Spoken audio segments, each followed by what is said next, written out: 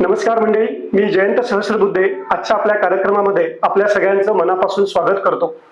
आजचा आपला कार्यक्रम हा आरोग्यविषयक आहे. या कार्यक्रमामध्ये आपण वेगवेगळ्या गोष्टींवर आरोग्याविषयी चर्चा करणार आहोत.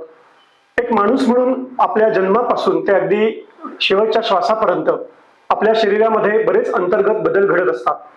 आपल्या शरीरामध्ये वेगवेगळे अवयव, ग्रंथी, पेशी असतात. या ग्रंथी हॉर्मोन्स नावाचा पदार्थ, ज्याला मराठीत संप्रेरक असं म्हणतात, हा तयार करण्याचं काम करतात. हॉर्मोन्स यांचं नक्की कार्य आपल्या शरीरामध्ये काय असतं, त्याचं प्रमाण किती असतं, स्त्रियांमध्ये आणि पुरुषांमध्ये कुठल्या कुठल्या प्रकारचे हॉर्मोन्स असतात, या सगळ्याविषयी जेव्हा आम्ही सर्वसामान्यांमध्ये चर्चा केली तेव्हा असं लक्षात आलं की बऱ्याच जणांना याविषयी एकतर अपुरी माहिती आहे किंवा माहितीच नाहीये. आणि म्हणूनच हार्मोन विषयी आजारांच्या निदान आणि उपचार करणाऱ्या तज्ज्ञ डॉक्टर सौ वैशाली देशमुख आणि त्यांची स्वतःची सामाजिक कार्य करणारी संस्था स्फिअर म्हणजे society of prevention health care education and research यांच्या संयुक्त विद्यमाने आजचा आरोग्यविषयक कार्यक्रम आपण घेत आहोत. त्याआधी डॉक्टर सौ वैशाली देशमुख यांची ओळख करून देणं मला जास्त रास्त वाटतं. डॉक्टर वैशाली देशमुख या स्वतः एंडोक्रायनॉलॉजिस्ट असून या क्षेत्रातील MD DNB DM ही सर्वोच्च पदवी त्यांनी घेतलेली आहे. पुण्यातील टिळक रोडवर त्यांचे स्वतःचे clinic Deshmukh clinic and research centre असे असून पुण्यातील नामांकित रुग्णालय दीनानाथ मंगेशकर रुग्णालय इथे त्या कार्यरत आहेत. या क्षेत्रामध्ये त्यांचा 25 वर्षांपेक्षा जास्त असा दांडगा अनुभव आहे. डॉक्टर वैशाली यांच्या आतापर्यंतच्या कारकिर्दीत त्यांना अनेक पुरस्कारांनी पुरस्कृत करण्यात आलेलं आहे. त्याचबरोबर मगाशी उल्लेख केल्याप्रमाणे त्यांची सामाजिक कार्य करणारी संस्था स्फिअर ही स्त्रियांचे आरोग्य, मानसिक आणि शारीरिक स्वास्थ्य, स्थूलता आणि मधुमेह अशा अनेक व्याधींवर किंवा रोगांवर जनजागृती करण्याच्या उद्देशाने भरीव कार्य करत आहे. या patient education programme, nurse education programme आणि चर्चासत्र या गोष्टींचा यामध्ये समावेश आहे. आजच्या आपल्या कार्यक्रमाचं नाव आम्ही हार्मनी विथ हॉर्मोन्स असं ठेवलेलं आहे. चर्चेला सुरुवात करूया. डॉक्टर, एंडोक्रायनॉलॉजी ही जी वैद्यकीय क्षेत्रातील शाखा आहे, या शाखेविषयी आधी आपल्या प्रेक्षकांना आपण सांगावं अशी माझी विनंती. एंडोक्रायनॉलॉजी हा जो विषय आहे हा खूप कमी चर्चेत असलेला विषय आहे, कारण या विषयीची जी सर्वसामान्यांमध्ये माहिती खूप कमी आहे. तर आपण आता एंडोक्रायनॉलॉजी म्हणजे काय, तर देर आर एंडोक्राईन ग्लँड्स, म्हणजे आपल्या शरीरात काही ग्रंथी असतात ज्या हॉर्मोन्स तयार करतात आणि त्यांना एंडोक्राईन ग्लँड्स असं आपण म्हणतो. आणि अशा एकच नसते, अनेक असतात. त्यामुळे ते सुरू केलं आपण तर कपाळाच्या मागे पिट्युटरी नावाची ग्रंथी असते. आता ती कंट्रोल करणारा एक त्याचा जो काही कंट्रोलर असतो त्याला हायपोथॅलॅमस म्हणतो. म्हणजे मेंदूत 2 अवयव आहेत ते. त्याच्यानंतर थायरॉइडची ग्रंथी आपल्या गळ्यात असते. आपल्या पोटामध्ये स्वादुपिंड असतं. स्वादुपिंडातनं इन्सुलिन नावाचं हॉर्मोन, आपल्याला इन्सुलिन माहिती आहे सर्वसामान्यांना. आणि त्याच्यानंतर आपल्या सेक्स ऑर्गन्स जे आहेत, अंडाशय जे म्हणतो, ओव्हरीज फिमेल्स मध्ये आणि पुरुषांमध्ये टेस्टिस असतात. आणि सगळ्यात महत्वाचं म्हणजे कुठल्याही ताणाला सामोरं जायला जे हॉर्मोन आपल्याला मदत करत असतं, कॉर्टिसॉल नावाचं हॉर्मोन, ते तयार करणाऱ्या ॲड्रेनल नावाच्या ग्रंथी आपल्या किडनीच्या वर असतात. तर बेसिकली एंडोक्रायनॉलॉजी म्हणजे काय की आपल्या शरीरातले वेगवेगळे अवयव एकमेकांशी बोलत असतात आणि ते 2 पद्धतीने बोलतात. एक तर ते नर्व्सच्या माध्यमाने बोलतात की नर्व्स आपल्या न्यूरोलॉजीमध्ये कव्हर होतात, आणि दुसरं जे आहे हॉर्मोन्सच्या माध्यमाने. तर हॉर्मोन्सच्या माध्यमाने म्हणजे प्रत्येक अवयवातनं एक हॉर्मोन तयार होत असतं. तर मी जर जेवले आणि माझं पोट भरलं तर हे माझ्या मेंदूला कसं कळतं, तर पोटातले जे काही हॉर्मोन्स असतात ते माझ्या मेंदूला हे मेसेजेस पाठवत असतात आणि त्याला न्यूरो एंडोक्राईन सिस्टीम म्हणतात. म्हणजे सगळ्या शरीरातल्या प्रत्येक अवयवाचे तयार होणारे हॉर्मोन्स जेव्हा मेंदूशी कनेक्ट होतात त्याला न्यूरो एंडोक्राईन सिस्टीम म्हणतात. सो बेसिकली तुम्ही पाहिलं तर वेगवेगळ्या ग्रंथी पण असतात आणि ही कम्युनिकेटिंग सिस्टीम पण असते. तर हे अतिशय कॉम्प्लिकेटेड असा जो काही नेटवर्क म्हणूयात आपल्या शरीरात असतो आणि याचाच अभ्यास एंडोक्रायनॉलॉजी असं धरात येतो. हॉर्मोन्स तुम्ही म्हणलात की वेगवेगळ्या प्रकारचे असतात, स्त्रियांमध्ये वेगळे, पुरुषांमध्ये वेगळे. तर या हॉर्मोन्सचं प्रमाण पण शरीरामध्ये काही ठरलेलं असणार. ते जर प्रमाण कमी जास्त झालं किंवा संतुलन बिघडलं, ज्याला आपण इंग्रजीमध्ये हॉर्मोनल इम्बॅलन्स म्हणतो, बरोबर, तर कुठल्या प्रकारच्या व्याधी किंवा आजार उद्भवू शकतात? हो, तर आता हॉर्मोन्स म्हणजे ही एक गोष्ट नसते, त्याला एक बॅलन्स असतो. म्हणजे ती आयदर कमी असू शकते किंवा वाढू शकते. आणि आपल्याला हॉर्मोन प्रत्येक वेळेला माणसाचं बदलत असतं. कारण मी आज तुमच्याशी बोलतेय, मला जरा टेन्शन आलंय, तर माझे हॉर्मोन्स वेगळे असतील. पण मी आज रिलॅक्स आहे, हॅपी मूड मध्ये आहे, तर माझे हॉर्मोन्स वेगळे असतील. त्यामुळे माझे हॉर्मोन्स रोज क्षणाक्षणाला बदलत असतात. आणि त्याची एक रेंज असते, व्हेरिएबिलिटी म्हणतो त्याला आपण. एक रेंज असते की ज्या रेंजमध्ये जर आपले हॉर्मोन्स असले तर सगळं छान चालतं. पण जर ते हॉर्मोन्स कमी झाले किंवा वाढले तर मात्र तो बॅलन्स ऑफसेट होतो आणि मग शरीराचा बिघाड तिथे सुरू होतो. मग त्याला आपण हॉर्मोनल डिसऑर्डर्स म्हणतो आणि त्याला मग एंडोक्राईन डिसऑर्डर्स असं संबोधलं जातं. आणि मग आपण ऐकतो की मला हायपोथायरॉइडिझम झालाय, हायपरथायरॉइडिझम झालाय, मग माझे हॉर्मोन्स वाढले, चुकीचे झाले, तर हे सगळे प्रॉब्लेम्स त्याच्यात उद्भवतात. डायबिटीसचा मगाशी तुम्ही उल्लेख केलात की स्वादुपिंडाशी रिलेटेड हे आहे. तर डायबिटीस आता इतका कॉमन आहे की प्रत्येक घरामध्ये एकतरी डायबेटिक व्यक्ती असतेच. तर त्याविषयी थोडंसं सांगाल की त्या ग्रंथीविषयी किंवा त्या हॉर्मोन आणि डायबिटीसचा कसा संदर्भ असतो?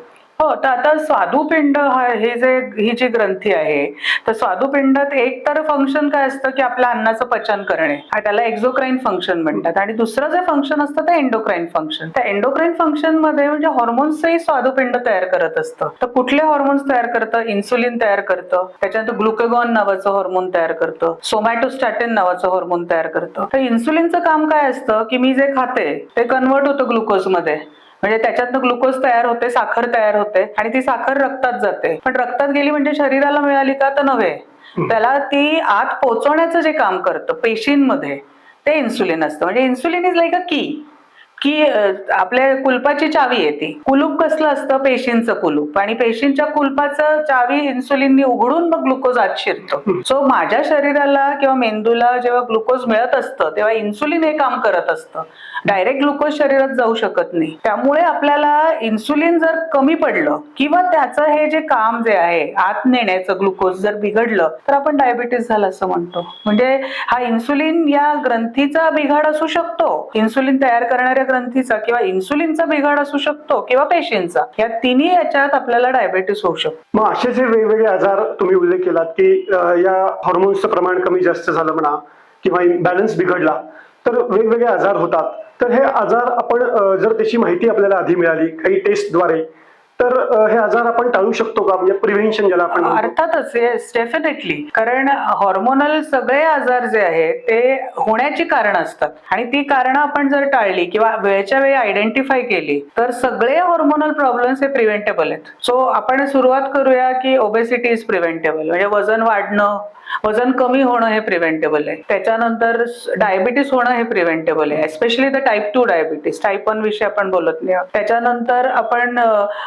पॉलिसिस्टिक ओव्हरी नावाचा जो आजार, PCOD, very commonly heard term, तर पीसीओडी हा आजार प्रिव्हेंटेबल आहे कारण हे लाईफस्टाईल डिपेंडंट आजार आहेत. आपली लाईफस्टाईलच आपले हॉर्मोन्स बिघडवत असते आणि आपली लाईफस्टाईलच आपले हॉर्मोन्स ठरवत असते. त्यामुळे आपली लाईफस्टाईल बराचसे हॉर्मोन्स कंट्रोल करते आणि हे जर लाईफस्टाईल हेल्दी केलं तर we can definitely control or and prevent our endocrine disorders.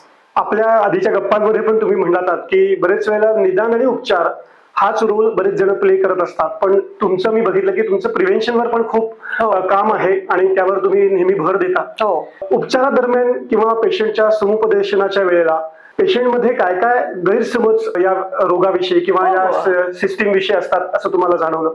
Patient मध्येच नाही, नॉर्मल लोकांमध्ये किंबहुना डॉक्टर्स मध्ये पण बरेच गैरसमज आहे. बऱ्याच जणांना वाटतं की हॉर्मोन्सचे विकार फक्त ऍडल्ट्स मध्ये होतात, तर असं काही नाहीये की ऍडल्ट्स मध्येच, म्हणजे कुठल्याही वयात, अगदी जन्मजात बालकापासून ते अगदी 90च्या वयोवृद्ध माणसापर्यंत हॉर्मोनचे विकार होऊ शकतात. दुसरी गोष्ट म्हणजे फक्त स्त्रियांमध्ये होतात असं बऱ्याच जणांना वाटतं, तर तसं काही नाहीये. पुरुषांमध्ये पण हॉर्मोन्स असतात आणि पुरुषांचे पण हॉर्मोन्स बिघडू शकतात. त्यामुळे पुरुषांमध्ये, स्त्रियांमध्ये, बालकांमध्ये, मुलींमध्ये, मुलांमध्ये, वयात येणाऱ्या युवतींमध्ये, सगळ्यांमध्ये हे प्रॉब्लेम्स आढळू शकतात. त्यामुळे कोणी हॉर्मोन्सचं काम जन्मापासून ते पर्यंत असतं, त्यामुळे कुठल्याही वयात हा विकार होऊ शकतो. दुसरं, बऱ्याच जणांना वाटतं की थायरॉइडच्या आजारामुळे वजन वाढतंय. हे एक कॉमन, बरेच जण म्हणतात माझं वजन वाढतंय थायरॉइडमुळे वाढतंय.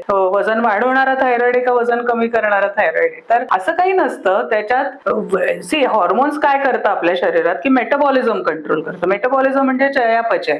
सो मेटाबॉलिझम जर कंट्रोल करत असेल तर तुम्ही जे खाता ते किती अंगी लागतं हे हॉर्मोन्स ठरवतात. थोडक्यात. तर तुमचे थायरॉइडमुळेच वजन वाढेल असं नाहीये. बऱ्याच हॉर्मोन्समुळे वजन वाढू शकतं किंवा बऱ्याच हॉर्मोन्स नॉर्मल असताना सुद्धा वजन वाढू शकतं कारण तुमचं लाईफस्टाईल चुकीचं असू शकतं. So I think that blaming thyroid for everything is not the right thing. आणि तिसरी गोष्ट, बऱ्याच लोकांना असं वाटतं की आता मला हॉर्मोनचा आजार झाला तर झालं, संपलं. इव्हन डायबिटीसचं असं वाटतं की आता माझं काही खरं नाही, लाईफ लॉंग आजार जडलाय. तर असं काही नसतं. बरेचसे हॉर्मोनल आजार बरे होणारे असतात, ते रिव्हर्स होणारे असतात. ते आपण डायबिटीस रिव्हर्सल विषयी तर खूप ऐकतो. तसंच थायरॉइडचे आजार काही बरे होऊ शकतात. त्याच्यानंतर ओबेसिटीसाठी आता बरीचशी औषधं बाजारात आहेत, ती प्रिव्हेंट होऊ शकतात. So I think there is a lot of misconception की या सगळ्या व्याधींना काही उपचारच नसतो किंवा ते काहीतरी गंभीरच आहेत आणि मी आता हॉर्मोनचा विकार झाला म्हणजे मला काहीतरी गंभीर झालेलं आहे आणि माझं आयुष्य आता नॉर्मलवर पुन्हा कधीच येणार नाही, ही जी फिलिंग असते, I think that is not really right. म्हणजे सगळ्यांनी आपल्या लोकांनी लक्षात घेतलं पाहिजे की कुठलाही आजार किंवा रोग, स्पेशली जो हॉर्मोन्सच्या रिलेटेड असेल, तर ह्याचं एक तर प्रिव्हेन्शन ज्याला आपण म्हणतो, म्हणजे हे टाळू शकतो आपण आजार जर योग्य वेळी कळलं तर. जर त्याचं निदान योग्य झालं तर त्याची उपचार पद्धती पण व्यवस्थित करता येते. हा विषय एवढा मोठा दिसतोय की मला असं वाटतं की स्त्रियांमध्ये वेगळा आणि पुरुषांमध्ये सगळं तुम्ही म्हणलात हे हॉर्मोन्सचे आजार होतात. अगदी वयाच्या पहिल्या दिवसापासून म्हणजे नवजात बालकापासून ते 90 वर्षापर्यंत तुम्ही म्हणलात.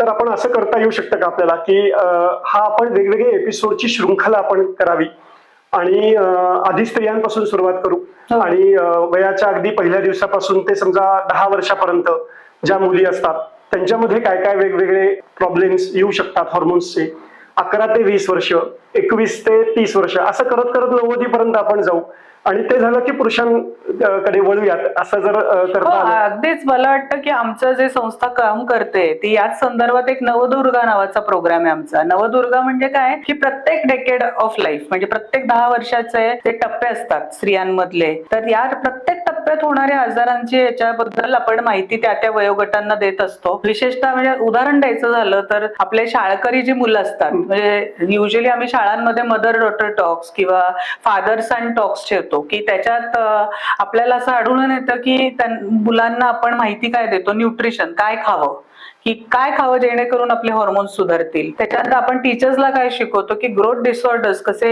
ओळखावेत. म्हणजे आपण साधी गोष्ट आहे की आपण शाळेत रांगेत मुलांना उभं करतो तर पहिल्या 2 मुलांमध्ये युजली शॉर्ट स्टेचर म्हणजे बुटकेपणाचा आजार असतो आणि तो बऱ्याच वेळेला लक्षात येत नाही, तो तपासला गेला पाहिजे. वेळोवेळी आई वडिलांना त्याची माहिती दिली पाहिजे. सिमिलरली अतिशय उंच अशी जी मुलं असतात त्यांच्यात काही हॉर्मोनल प्रॉब्लेम्स असू शकतात. सो हे दोन्ही जे एक्स्ट्रीम्स आहेत की अति बुटकेपणा, अति टॉलनेस किंवा अति जाड किंवा अति बारीक, तर या मुलांना डेफिनेटली काही हॉर्मोनल प्रॉब्लेम्स असू शकतात. त्यामुळे अशा लोकांना त्याची माहिती हवी. तसंच आता समजा दुसऱ्या वयोगटात म्हणलं आपण 15 ते 25 साधारण पॉलिसिस्टिक ओव्हरी, ओबेसिटी, डिप्रेशन, त्याच्यानंतर थायरॉइडचे विकार हे नव्याने उद्भवतात. तर या वयातल्या मुलांना त्याची माहिती देणं आमचं काम असतं. आणि सिमिलरली प्रेग्नन्सीत काय हॉर्मोनल इम्बॅलन्स होऊ शकतो, प्रेग्नन्सीत डायबिटीस होऊ शकतो, त्याच्यानंतर मिनोपॉजला डायबिटीस होऊ शकतो, मिनोपॉजला थायरॉइडचे आजार होऊ शकतात, ऑस्टिओपोरोसिस आपण ऐकतो, हाडांचे विकार